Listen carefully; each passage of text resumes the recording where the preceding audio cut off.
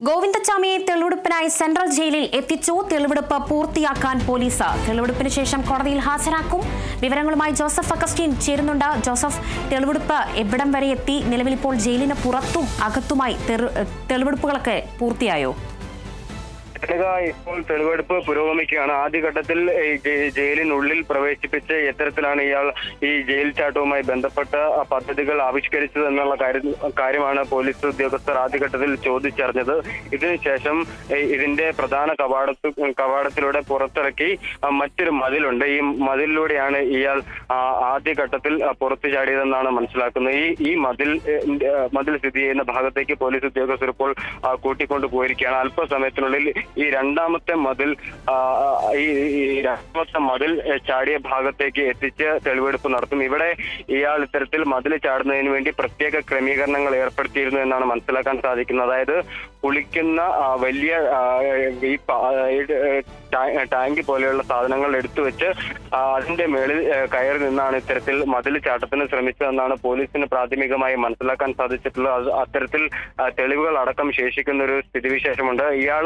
ഇയാളുടെ കൂടെ ഉണ്ടായിരുന്ന തമിഴ്നാട്ടുകാരനായ മറ്റൊരു സഹതടവുകാരനും കൂടിയാണ് ഇത്തരത്തിൽ ജയിൽ ചാട്ടം വിഭാവനം ചെയ്തതെന്നുള്ള കാര്യമാണ് പോലീസിന് മനസ്സിലായിട്ടുള്ളത്. അത്തരത്തിൽ ഇവർ രണ്ടുപേരും കൂടി തയ്യാറാക്കിയ പദ്ധതി പ്രകാരമാണ് ഇന്ന് ഗോവിന്ദച്ചാമി പുലർച്ചെ ജയിൽ ചാടിയത്. ഇതിനുവേണ്ടി ഇത്തരത്തിലുള്ള ടാങ്കുകളും തുണി കഷ്ണങ്ങളും അടക്കമുള്ള സാധനങ്ങൾ ശേഖരിച്ചു വെക്കുകയും ചെയ്തിട്ടുണ്ട്. ഈ സമയങ്ങളിൽ ഈ പ്രദേശത്തെ വൈദ്യുതി പോയതും ഇവർക്ക് തുണയാവുകയായിരുന്നു. എന്തുകൊണ്ടാണ് ഈ വൈദ്യുതി പോയതെന്ന കാര്യത്തിൽ പോലീസ് ഇതുവരെയും വിശദീകരണം തന്നിട്ടില്ല. മാത്രമല്ല CCTV ദൃശ്യങ്ങളിലൊന്നും ഇത് പതിയുന്ന സാഹചര്യം ഉണ്ടായിരുന്നില്ല. ഈ കാര്യങ്ങളിലെല്ലാം വിശദമായ പരിശോധന നടക്കും. എത്രയും വേഗം തെളിവെടുപ്പ് പൂർത്തീകരിക്കാനുള്ള ശ്രമമാണ് പോലീസിന്റെ ഭാഗത്തുനിന്നുണ്ടാകുന്നത്. അതിന് ശേഷം ഇയാളെ കോടതിയിൽ ഹാജരാക്കേണ്ടതുണ്ട്. അതിനുശേഷം ഈ കണ്ണൂർ സെൻട്രൽ ജയിലിലേക്ക് തിരിച്ചു കൊണ്ടുവരികയും നാളത്തോടുകൂടി വിയ്യൂർ സെൻട്രൽ ജയിലിലേക്ക് മാറ്റുമെന്നാണ് ഈ ഘട്ടത്തിൽ പോലീസ് വൃത്തങ്ങളിൽ നിന്ന് മനസ്സിലാക്കാൻ സാധിക്കുന്നത്. എന്തായാലും ഇയാൾ വളരെ ആസൂത്രണം ചെയ്താണ് ഇത്തരത്തിൽ ജയിൽ ചാട്ടത്തിന് വേണ്ടി തയ്യാറെടുത്തതെന്നുള്ള കാര്യം വ്യക്തമാവുകയാണ്. ഇതിനുവേണ്ടി ഭക്ഷണം അടക്കമുള്ള കാര്യങ്ങൾ നിയന്ത്രിച്ചിരുന്നതായി പോലീസ് വൃത്തങ്ങളിൽ നിന്നും ജയിൽ വകുപ്പിൽ നിന്നും മനസ്സിലാക്കാൻ സാധിക്കുന്നു. തടി കുറയ്ക്കുന്നതിന് വേണ്ടി ഇയാൾ ശരീര ഭാരം ക്രമീകരിക്കുകയും ജയിൽ ചാടുന്നതിന് വേണ്ടി മറ്റ് വ്യായാമ മുറകൾ പരിശീലിക്കുകയും ചെയ്തതായിട്ടാണ് ഇപ്പോൾ ലഭിക്കുന്ന വിവരം. എന്തായാലും വളരെ വിദഗ്ധമായിട്ടും വളരെ ശാസ്ത്രീയപരമായുമാണ് ഇത്തരത്തിൽ ജയിൽ ചാട്ടത്തിന് കുപ്രസിദ്ധ കുറ്റവാളി കൊലയാളിയായിട്ടുള്ള ഗോവിന്ദച്ചാമി തയ്യാറെടുത്തതെന്ന് വേണം മനസ്സിലാക്കാൻ. അതിനുശേഷം ഫെൻസിംഗ് ഉള്ള, അതായത് കറണ്ട്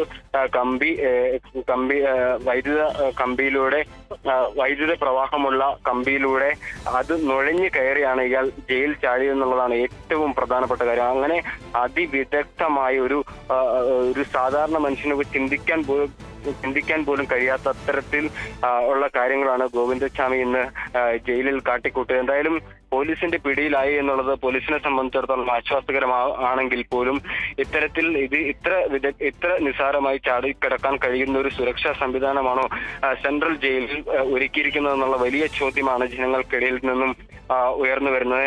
മാത്രവുമല്ല, ഉദ്യോഗസ്ഥർ തടവുകാരാകുകയും തടവുകാർ ഉദ്യോഗസ്ഥരാകുകയും ചെയ്യുന്ന പ്രത്യേക വിചിത്രമായ ഒരു സംഭവമാണ് കണ്ണൂർ സെൻട്രൽ ജയിലിൽ നിന്ന് പ്രതിപക്ഷ പാർട്ടി നേതാക്കളും ഉന്നയിക്കുകയുണ്ടായി. അല്പസമയം മുമ്പ് BJPയും പ്രതിഷേധവുമായി സെൻട്രൽ ജയിലിലേക്ക് എത്തുന്ന ഒരു സാഹചര്യമുണ്ടായി. ഇത്തരത്തിൽ പോലീസുകാരും അതുപോലെ തന്നെ സർക്കാരും ഈ വിഷയത്തിൽ വലിയ രീതിയിലുള്ള അലംഭാവം കാണിച്ചതായിട്ടാണ് BJP അടക്കമുള്ള പ്രതിപക്ഷ പാർട്ടികൾ ചൂണ്ടിക്കാട്ടിയത്. മാത്രവുമല്ല, ഈ വിഷയത്തിൽ കാര്യക്ഷമമായ അന്വേഷണം നടത്തണം.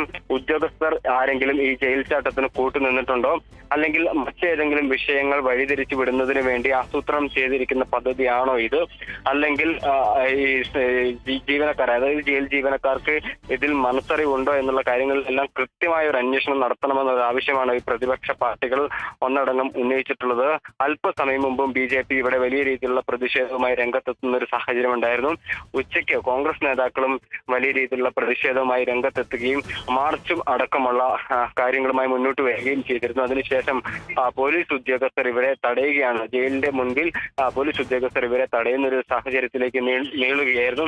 എന്നിരുന്നാൽ പോലും ഇത്തരത്തിൽ പ്രതിഷേധ സ്വരങ്ങൾ അവസാനിക്കുന്നില്ല. എന്താണ് ഇതിന് പിന്നിൽ പ്രവർത്തിച്ച ചാലകശക്തി എന്നും ഗോവിന്ദസ്വാമിക്ക് ആരൊക്കെ സഹായം ചെയ്തിട്ടുണ്ട് എന്നുള്ള കാര്യത്തിൽ സർക്കാർ വ്യക്തത വരുത്തണമെന്നാണ് പ്രധാനമായും ആവശ്യപ്പെടുന്നത്.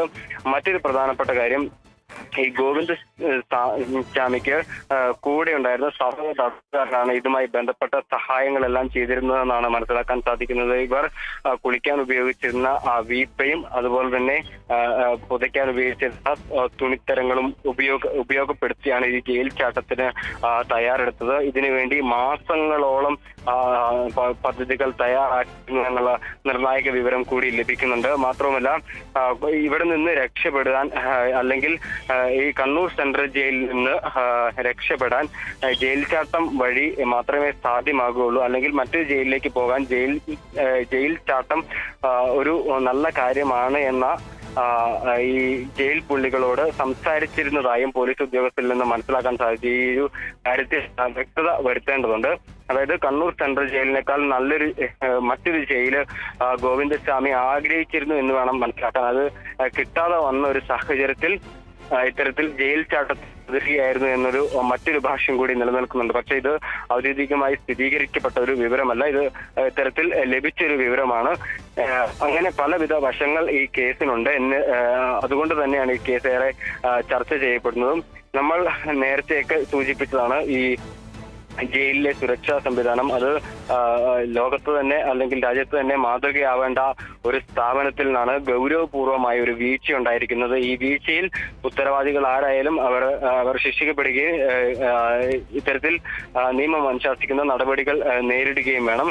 കൃത്യവിലോപം നടത്തിയിട്ടുള്ള ഉദ്യോഗസ്ഥരെ 4 ഉദ്യോഗസ്ഥരെ ഇപ്പോൾ പ്രാഥമികമായി സസ്പെൻഡ് ചെയ്തിട്ടുണ്ട്. പക്ഷേ ഇതിൽ ഒതുങ്ങുന്നതല്ല. ഇതിൽ മറ്റു പലർക്കും പങ്കുള്ളതായിട്ടാണ് ആരോപിക്കപ്പെടുന്നത്. ഇതിൽ പ്രധാനമായും ആഭ്യന്തര വകുപ്പിനും ജയിൽ വകുപ്പിനും മുഖ്യമന്ത്രിക്കും ഗുരുതരമായ വീഴ്ച സംഭവിച്ചു എന്നുള്ള കാര്യമാണ് പ്രതിപക്ഷം ഉയർത്തിക്കാട്ടുന്നത്. പ്രതിപക്ഷം പറയുന്ന മറ്റൊരു പ്രധാനപ്പെട്ട കാര്യം, കണ്ണൂർ സെൻട്രൽ ജയിൽ CPM-ന്റെ സ്വന്തം സെൻട്രൽ ജയിൽ പോലെയാണ്. ഇതിലെ തടവുകാർ അധികവും CPM അനുഭാവികളും പ്രവർത്തകരുമാണ്. അപ്പോൾ ഇത്തരത്തിൽ ഗോവിന്ദസ്വാമി പുറത്തു ചാടിയിട്ടുണ്ടെങ്കിൽ അത് CPM-ന്റെ അറിവോടുകൂടിയും സമ്മതത്തോടു കൂടി ആയിരിക്കും എന്നുള്ള കാര്യമാണ് പ്രധാനമായും ഇവർ പറഞ്ഞു വെക്കുന്നത്. അങ്ങനെ പലതരത്തിൽ ഈ വിഷയം ഇപ്പോഴും വീണ്ടും സജീവ ചർച്ചയ്ക്ക് ഇടയാക്കിക്കൊണ്ടിരിക്കുകയാണ്. വിശദമായ തെളിവെടുപ്പാണ് ഇപ്പോൾ പോലീസിന്റെ ഭാഗത്തുനിന്നുണ്ടാകുന്നത്. അല്പസമയത്തിനുള്ളിൽ പരിശോധനകളെല്ലാം പൂർത്തീകരിച്ച് തെളിവെടുപ്പ് അടക്കം പൂർത്തീകരിച്ച് ഈ കോടതിയിൽ ഹാജരാക്കുമെന്നാണ് ഇപ്പോൾ ലഭിച്ചിരിക്കുന്ന വിവരം. രേണുക.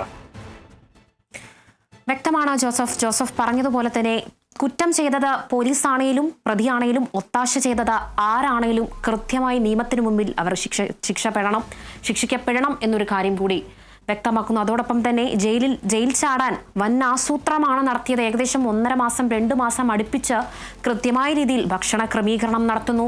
ചാടാനുള്ള വസ്തുക്കൾ ജയിലിൽ നിന്ന് തന്നെ കണ്ടെത്തുന്നു.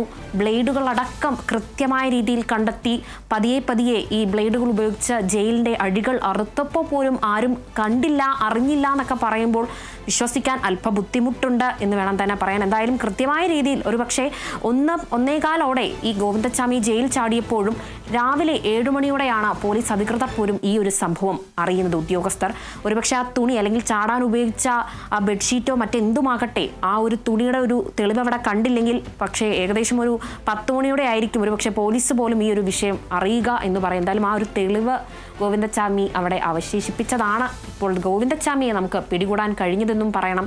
അതോടൊപ്പം തന്നെ ഒരുപക്ഷെ കേരളം വിട്ടുപോയിരുന്നെങ്കിൽ ഗോവിന്ദസ്വാമിയെ പിടികൂടാൻ നമുക്ക് പ്രയാസമായേനെ.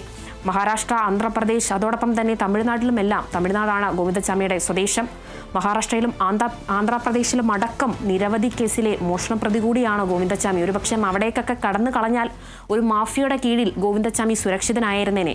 കേരള പോലീസും നമുക്കുമൊക്കെ എത്തിപ്പെടാൻ പോലും തെളിവില്ലാത്ത രീതിയിൽ ഗോവിന്ദസ്വാമി മാറിയിരുന്നേനെ. പക്ഷേ കൃത്യമായ സമയത്ത് കേരള പോലീസും മാധ്യമപ്രവർത്തകരും ഗോവിന്ദസ്വാമിയെ പിടികൂടുകയായിരുന്നു. എന്തായാലും ഇപ്പോൾ ഗോവിന്ദസ്വാമിയെ തെളിവെടുപ്പിനായി സെൻട്രൽ ജയിലിൽ എത്തിച്ചു. തെളിവെടുപ്പ് പൂർത്തിയാക്കാൻ പോലീസ് നടപടികൾ സ്വീകരിച്ചു. തെളിവെടുപ്പിന് ശേഷം കോടതിയിൽ ഹാജരാക്കും.